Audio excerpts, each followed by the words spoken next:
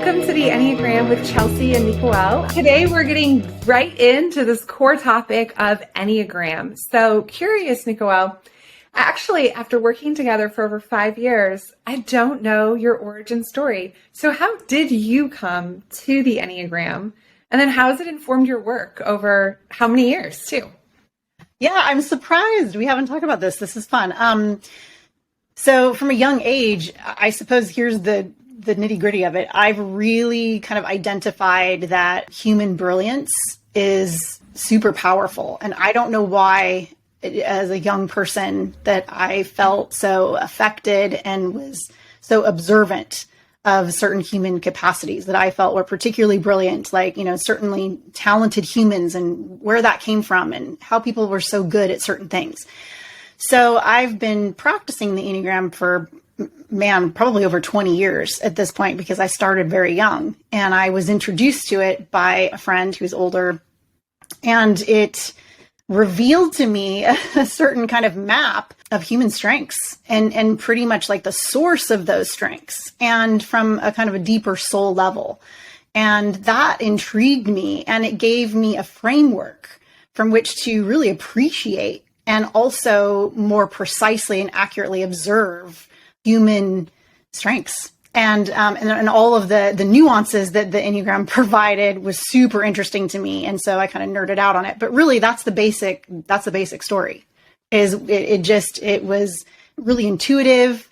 I didn't actually have to memorize much, oddly. It just kind of sunk into my brain pretty immediately. And even though I did go study it pretty heavily, and like I said, I've been practicing it for years, it came pretty easily to me. It made sense. And so that's why I invested so much of my energy and time in it since. What about you, Chelsea? How did you come to I kind of know this one, but I am going to throw it to you because we kind of, it's good to know both. Yeah, it is, because I was introduced to the Enneagram through you, which you obviously know, but what I can share about my experience in my life is that there is pre-Enneagram and then there's post-Enneagram.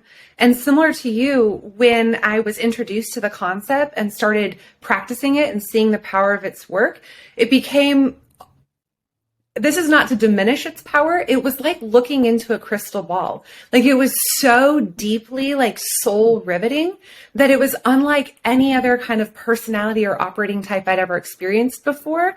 And I felt seen, like I could see myself in a whole different way. There was like a deep level of self-awareness. But the reason that it really stuck out to me within a work context, which is where I was introduced to it, and thinking about that pre-Enneagram versus post-Enneagram world that I've lived in, I can actually pinpoint the moment when I think back to an experience I had within a corporate setting where I'm a 2, I'm a helper. And so like my core desire is to be loved and wanted and needed. So I help. And I remember I was talking to this VP of HR, and this was like through this acquisition time frame. So things were really challenging. I was a member of an acquired company, and I had done everything for the organization. I'd been that person. I was achiever. That's my 3 wing, right? And she was having this conversation with me, and I can still remember where I was sitting. I could hear the clickety clack on the keyboard, and I knew in my gut and in my heart that she was taking notes because our working relationship was coming to an end. And I didn't know how to process that because of who I was and my core fears and my need to be needed and my desire to help. And so years later, when I was in a totally different working environment and I was lucky enough to have access to you as a consultant, I started to feel some tensions within leadership and my team. And when I had the opportunity to reach out and understand first and foremost what this operating type could unlock for me in terms of self-awareness, but also the power for me to have an awareness and empathy about where other people are coming from, it started to really quickly unlock a lot of really good dynamics within my working construct. And so that's when, in the very first conversation that we had, I can also remember where I was standing. I was standing in a parking lot.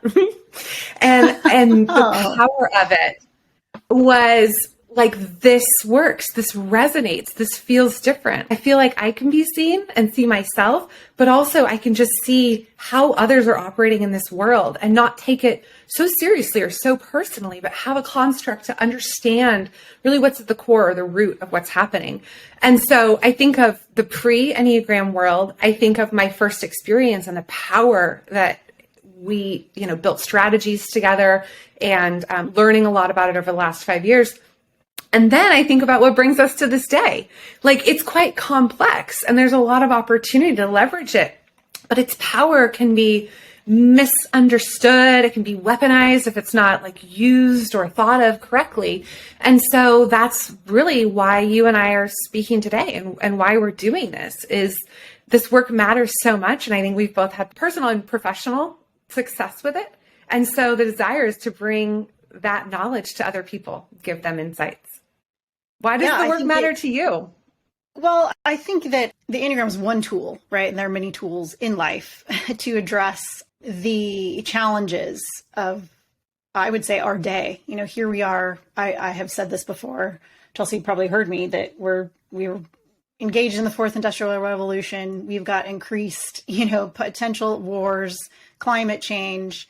We have pandemics that are becoming a regular part of life, where our health issues are, being challenged, not just our physical health, but our mental health. We have increasing anxiety as a result, isolation as a result, all of these consequences that are kind of filtering down. And how do we as humans evolve and adapt for our time? And even though every time has its particular challenges, and we're not unique to having human challenges in 2022, but I think the Enneagram is a tool, one of the many tools, I would say, to help us navigate and understand and have a sort of a different kind of intelligence.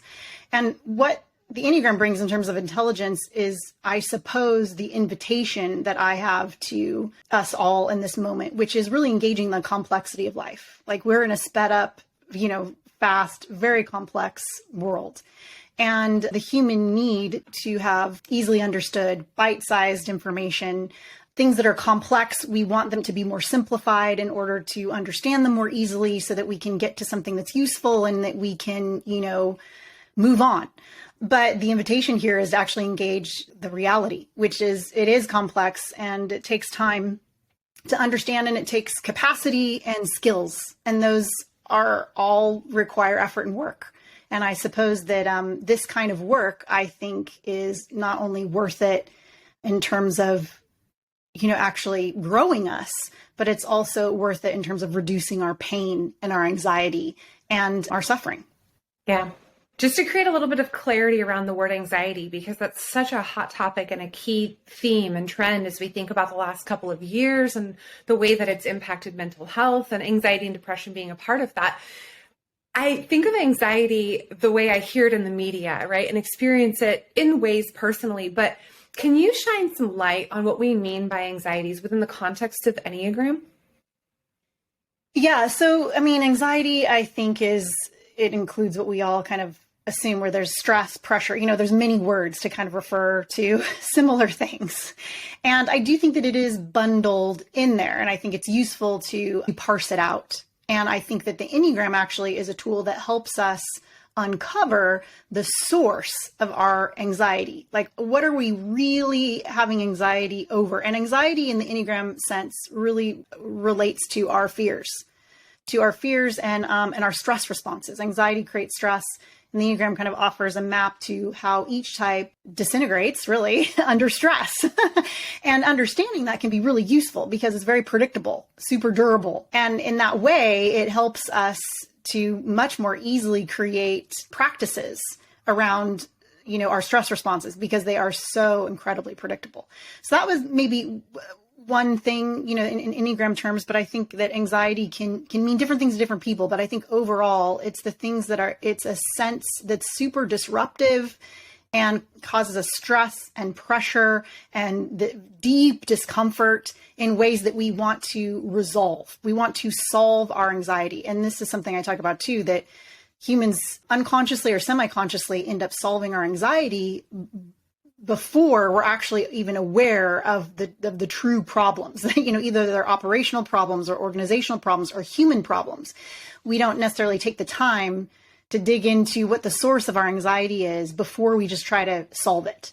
And we end up creating more problems for ourselves. And so the Enneagram is, again, a tool to help us manage that and navigate that, really.